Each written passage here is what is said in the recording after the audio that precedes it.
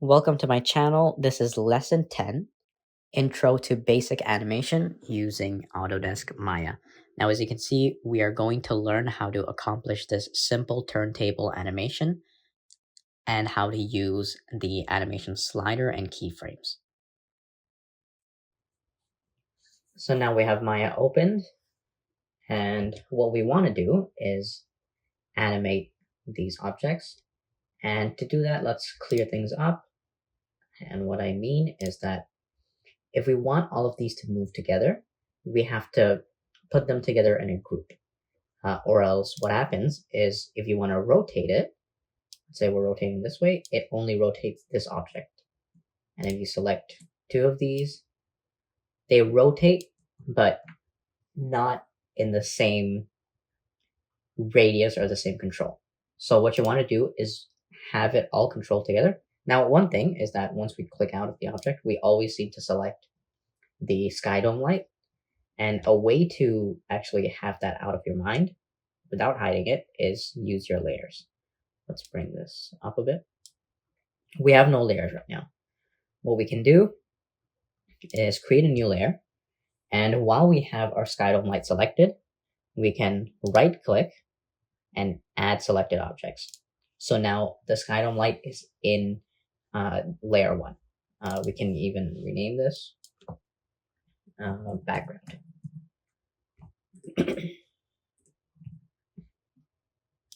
Save. And there are options on this empty space to click the square. And as you can see, we can't click it anymore. It's still there, but we can't click it anymore. And if we want to click it back, we can just select it until there's nothing there. So for now, what we want to do is have this all in the same group. We also don't need the reference anymore, so we can actually just delete it. Now, we have first the group, the paper with the line model first. So select this and select this. And in order to group, hold Control and press G. Now you can see they both here. And you can see this plus sign. And if you click the plus sign, you can see everything that's within that group. And let's rename the group. Wine bottle paper. Oh, there you go. Let's click minus. Now, when we click the group, we can actually move them together instead of selecting both of these.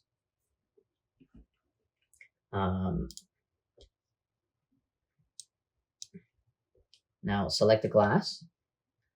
Select this group by holding down Control. Select fabric, and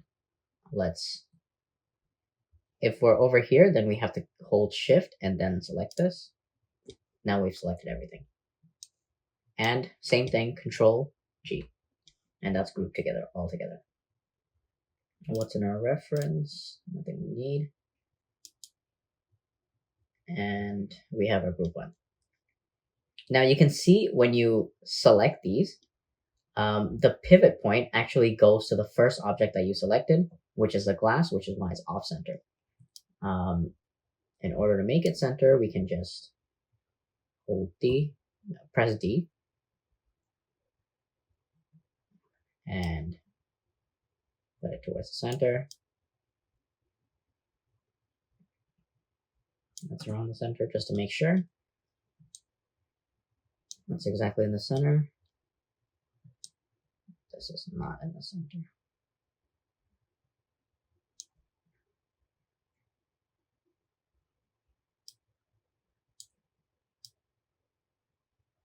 There you go. And press D again. Now when we rotate with the E, all of them rotate together. Now this is what we want to animate. We want to animate this rotating sideways, and it keeps going. Now first thing you want to do is have your animation slider. If you don't have this, just workspace and go back to general, and it should be there. Take this, go to 0, because that's the start of our animation. And in order to animate, all you have to do is press S. That saves the keyframe. And keyframe means that whatever is happening in that scene, this is the specific outcome of that scene. So when you press S at 0, that means this is what the object is going to look like at 0 frames. Now we want to go, since we want it to go slowly, we can actually go to 60. Let's try that. And let's rotate it. So in order to rotate, you can either freely rotate like this, or if you want to rotate in intervals, you hold J and it rotates in intervals. We just rotated it. We just rotated it 180 degrees. Let's press S. Since we're at 60, let's go to 120 and do that again. And there you go. Press S. And when you actually control this, you can see it sliding. In order to play, you actually go to your slider. This is play. And you click play.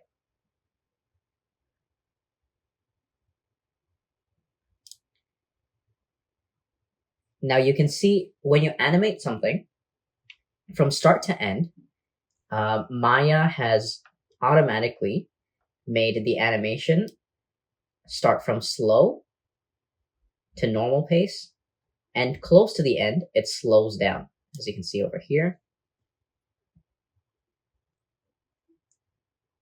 When you play it, it slows down to stop at the end. Now, we don't want that because we want to have it keep spinning.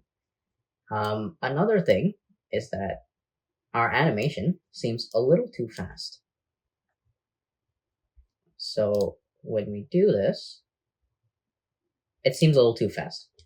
Now, a way to make this slower is obviously to move these keyframes even longer, so it takes longer for each turn. Now, there's multiple ways of doing this. You can either select your keyframe, hold your select right click, copy, and select the next keyframe, paste, and it's the same as this. Or let's delete this. Or you can, if I'm not wrong, double click the time slider and either move this over like this. Now, a good way to do that is actually lower the bar first, double click, make the slider bigger, and it will equally increase the keyframes and still keep the same distance. So we have it at 110 and 220. Let's try it now.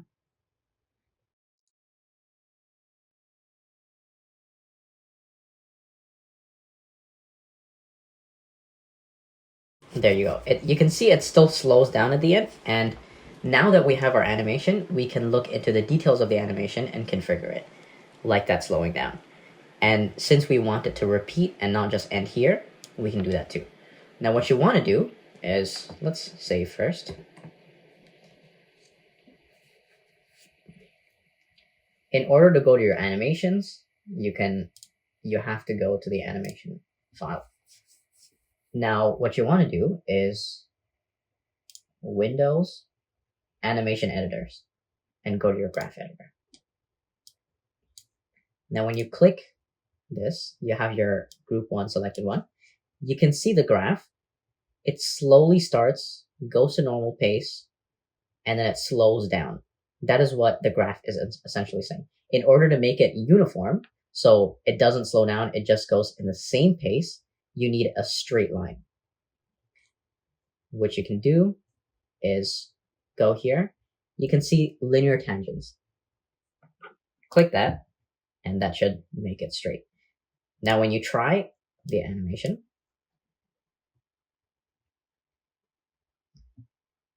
click play.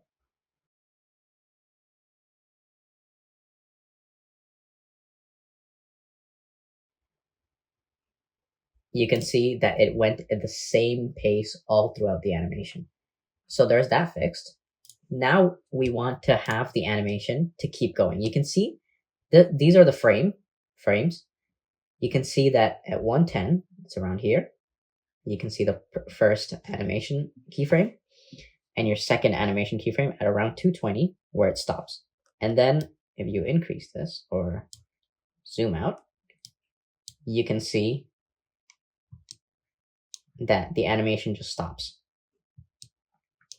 Now, if you want it to keep going, it's going to keep looking like a straight line all across the frames.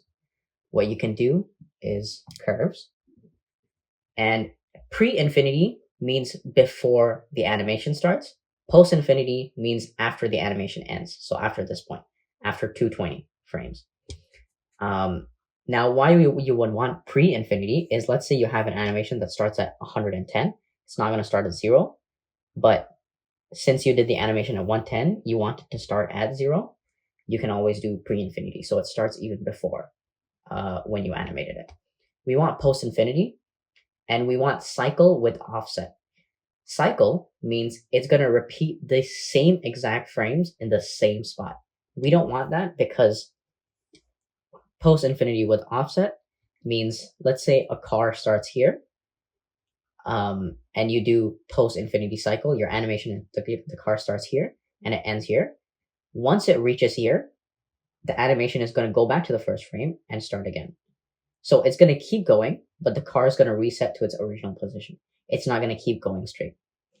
Post-infinity with cycle offset means the car will start here, the animation will end here, but because you put the post-infinity, it's going to save this spot, and it's going to start here now. And then once it ends, it's going to save here, and it's going to keep going from here. Post-infinity, cycle with offset. Now you can see the graph keeps going for as long as the animation is. Cancel. Now we can see our slider is after 220. Let's play it.